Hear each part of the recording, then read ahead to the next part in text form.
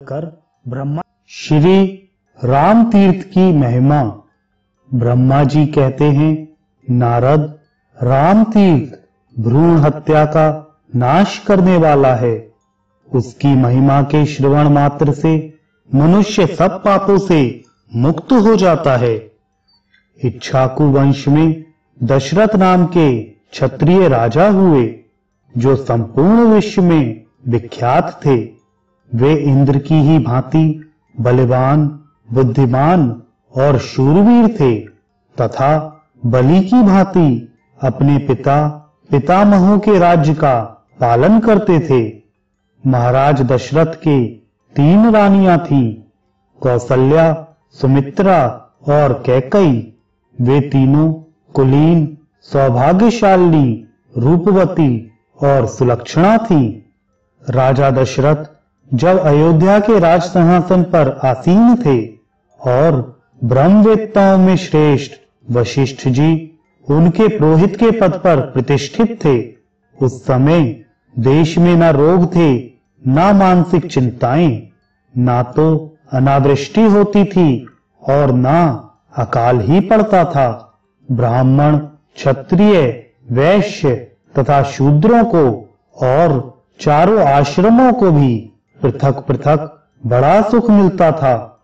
एक समय की बात है, देवताओं और दानवों में राज्य के लिए युद्ध छिड़ गया। ना तो उसमें देवताओं की जीत होती थी और न दैत्यों एवं दानवों की ही। वह युद्ध कई दिनों तक लगातार चलता रहा। इसी बीच में आकाशवाणी हुई, राजा दशरथ जिनका पक्ष ग्रहण करेंगे वे ही विजयी होंगे, दूसरे नहीं। यह सुनकर देवता और दानव दोनों अपनी विजय के लिए राजा के पास चले। देवताओं की ओर से वायु शीघ्र जा पहुंचे और राजा से बोले, महाराज, देव दानव संग्राम में आपको चलना चाहिए। वहां यह आकाशवाणी सुनाई दी है कि जिस ओर राजा दशरथ रहेंगे उसी पक्ष की जीत होगी। अतः आप देवताओं का पक्ष ग्रहण कीजिए, जिससे देवता विजयी हों। वायु की यह बात सुनकर राजा दशरथ ने कहा, वायुदेव, आप सुखपूर्वक पधारें, मैं अवश्य चलूंगा।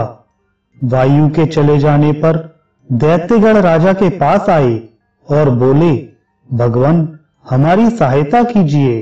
महाराज, विजय आप पर ही अवलंबित है, अतः आप दैत्यराज की सहायता करें।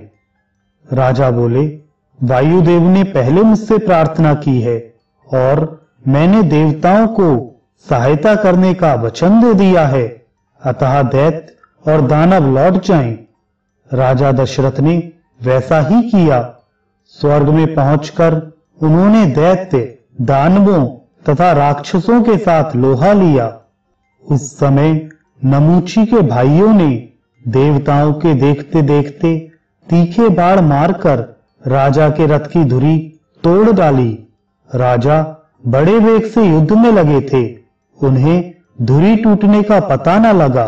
नारद, उस युग में रानी कैकई भी राजा के पास ही बैठी थी। उसे रथ की अवस्था का पता लग गया, परंतु उसने राजा को इस बात की सूचना नहीं दी। धुरी टूटी देख उसने उसकी जगह अपना हाथ ही लगा दिया। यह बड़ा अद्भुत कार्य था।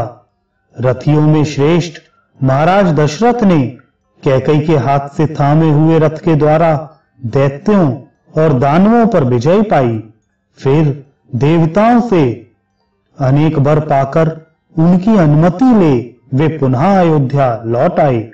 आते समय मार्ग के बीच में जब महाराज दशरथ ने अपनी प्रिया कैकई की ओर दृष्टिपात किया, तब उसका वह साहसपूर्ण कार्य देखकर उन्हें बड़ा विस्मय हुआ। नारद, इस कार्य से प्रसन्न होकर राजा ने कैकई को वर दिए। रानी कैकई ने भी राजा की आज्ञा स्वीकार करके इस प्रकार कहा, महाराज, आपके दिए हुए वर आपके पास ही रहें, आवश्यकता पड़ने पर ले लूंगी। राजा दशरथ पुरस्कार में अनेक आभूषण देके अपनी प्रिया कैकेयी के साथ अपने नगर को गए। विजयी होने पर वे बहुत प्रसन्न थे।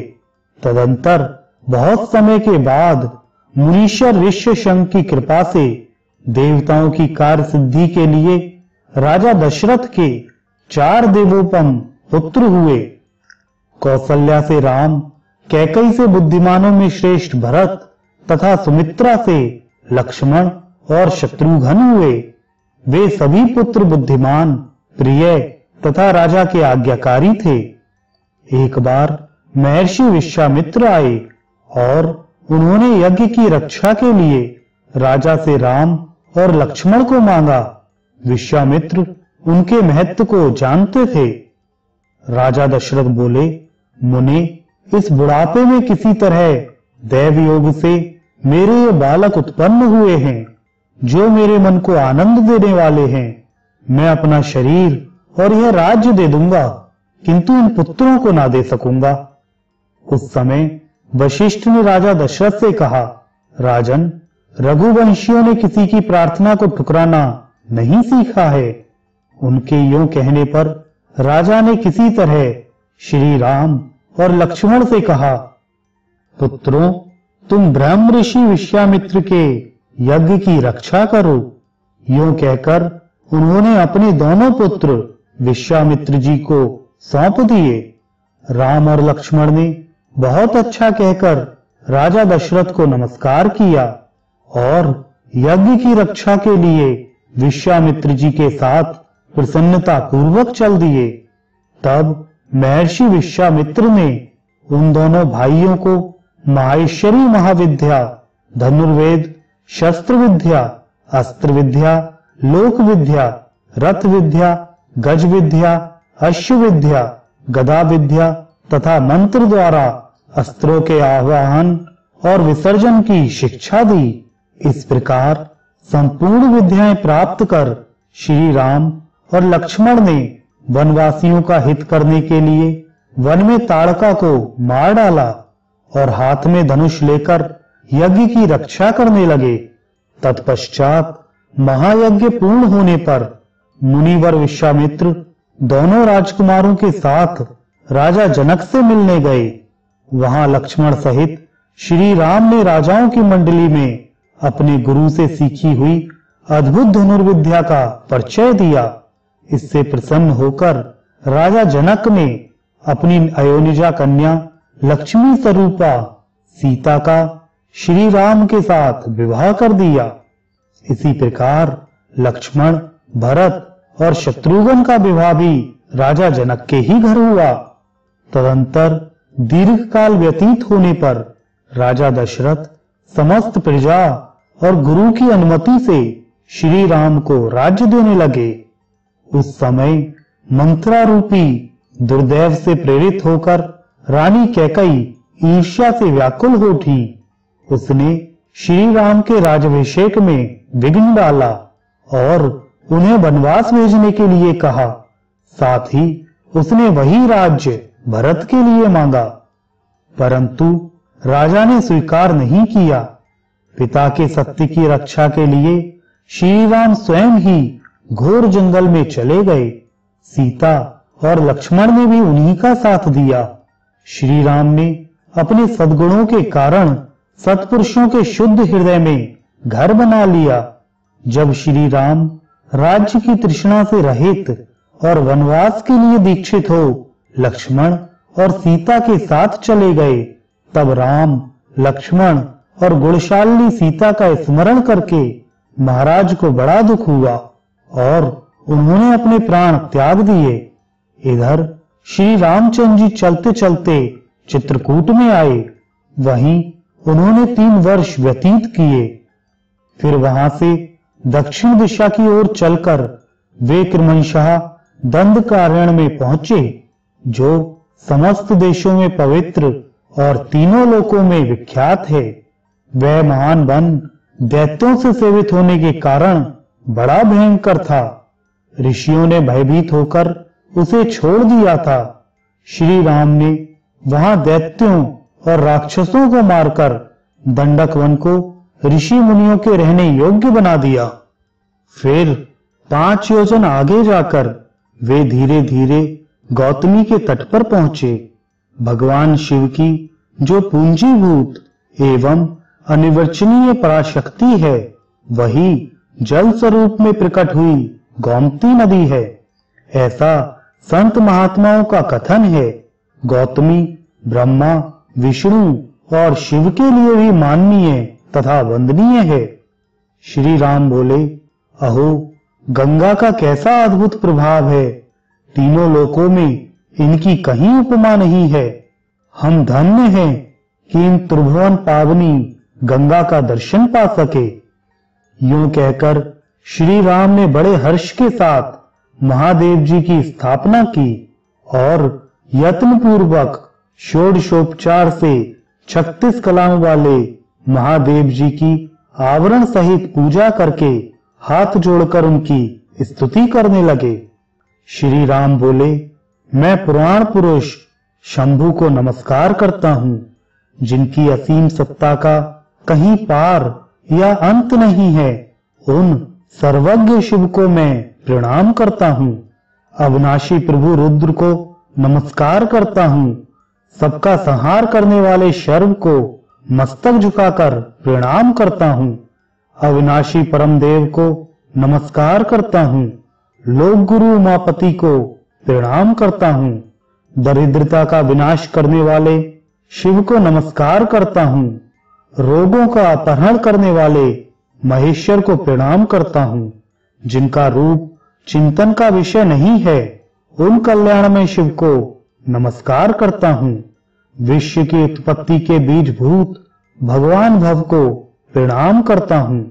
जगत का पालन करने वाले परमात्मा को नमस्कार करता हूं। संहारकारी रुद्र को बारंबार प्रणाम करता हूं। पार्वती जी के प्रियतम अविनाशी प्रभु को नमस्कार करता हूं। नित्य क्षर अक्षर स्वरूप शंकर को प्रणाम करता हूं। जिनका स्वरूप चिन्मय है और अप्रमेय है, उन भगवान त्रिलोचन को मैं मस्तक झुकाकर बारंबार नमस्कार करता हूं। करुणा करने वाले भगवान शिव को प्रणाम करता हूं तथा संसार को भय देने वाले भगवान भूतनाथ को सर्वदा नमस्कार करता हूं। मनोवांछित फलों के दाता महेश्वर को प्रणाम करता हूं। भगवती उमा के स्वामी श्री सोमनाथ को नमस्कार करता हूं। तीनों वेद जिनके 3 नेत्र हैं, उन त्रिलोचन को प्रणाम करता हूं। त्रिविध मूर्ति से रहित सदा शिव को नमस्कार करता हूं। पुण्यमय शिव को प्रणाम करता हूं।